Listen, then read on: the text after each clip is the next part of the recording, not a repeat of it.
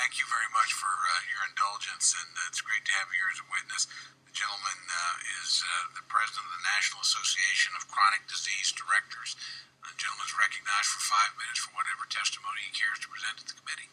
And thank you, Chairman Cole, Ranking Member Delora, and members of the committee for allowing me to testify on behalf of the National Association of Chronic Disease Directors, which I'll refer to as NACDD.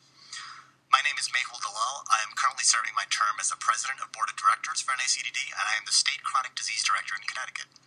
Specifically, I want to express our strong support for increased funding for key chronic disease programs at CDC. Simply put, without the grant and support of the CDC, most states would have an extremely limited ability to address these critical public health issues. These investments, as detailed in our written testimony, work to prevent diseases in the first place, which in turn contributes to the economic productivity of the workforce, educational outcomes for our children, and fitness levels for military recruits, and helps counteract the skyrocketing healthcare costs. NACDD is a nonprofit public health organization that serves chronic disease program directors of each state and U.S. jurisdiction and connects more than 6,000 chronic disease practitioners across the country. We represent a core sector of governmental public health, and we work closely with our executive and state territorial health agency leaders, as well as our governors and state legislatures. Poor health of the population can exert a tremendous force on employment rates, interest costs, and other tangible factors that ultimately affect our ability to maintain a strong global economic position. The primary driver of costs in healthcare is chronic disease. According to the CDC, chronic disease accounts for approximately 75% of the nation's aggregate healthcare spending, or an estimated $5,300 for every individual in the U.S. Treatment of chronic disease constitutes an even larger portion of spending, 96 cents per dollar for Medicare and 83 cents per dollar for Medicaid. As the American population ages, more people are categorized as high risk for multiple chronic diseases, and these healthcare costs are projected to continue their rise. State public health chronic disease prevention and control programs are key in improving the nation's health and counteracting the rise in healthcare costs. States are implementing diverse and cost-effective strategies that work to prevent diabetes, reduce heart disease and stroke, and promote fitness and nutrition in order to reduce the disability and costs associated with these conditions. As an example, in the New Haven area, the CDC resources have supported us to work with community health centers and identify over 16,000 at-risk patients and implement programs in the clinics and in the community that educate and empower hundreds of patients to take charge of their own conditions. In one instance, a community health worker identified a 55-year-old woman with diabetes who did not have a primary care physician. In addition to linking her to a primary care doctor, our program provided her with a gym membership and health coaching services. And with this support, she herself developed her own individualized fitness plan, where she focused on Zumba and weightlifting. Over time, she reduced her need for diabetes medications pills from 6 pills a day to half a pill a day. And she dropped in size from a size 12 to a size 4. And from the physician standpoint, what I'm interested in, she reduced her blood pressure by 10%, blood cholesterol by 23%, and her blood sugar by 31%. Her family was so impressed by the success that she now is a source of encouragement and advice to her brother, her sister-in-law, who have all gone on to adopt healthy lifestyle changes.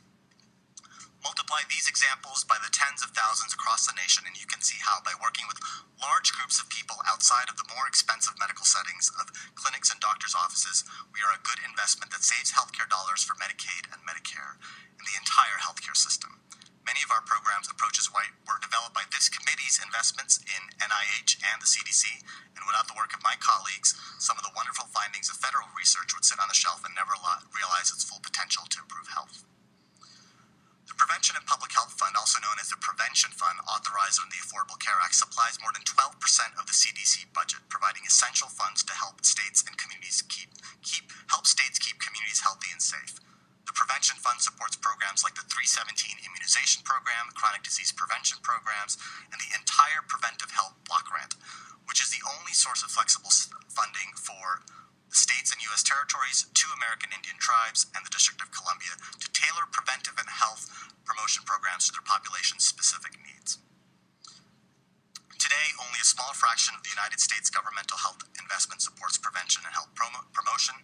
Substantial investment in the CDC and the state health departments are necessary for a real impact to be made. These programs must include increased resources for every state to address state-specific public health challenges, diabetes prevention and control, heart disease prevention, and improving physical activity and nutrition. Public health programs work to improve care, prevent disease, and prevent complications of disease. An investment in chronic disease prevention and control programs saves lives, improves the quality of life, and saves healthcare dollars. Thank you for allowing this opportunity to appear before you. I want to thank the gentleman very much for his testimony and particularly for the focus on CDC.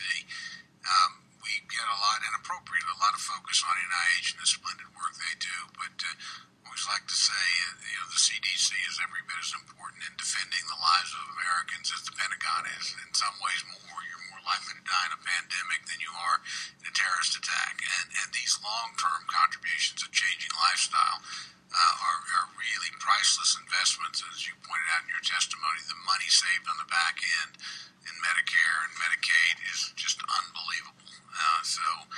Thank the gentleman for his focus on a very important issue for this committee. Thank you for your support.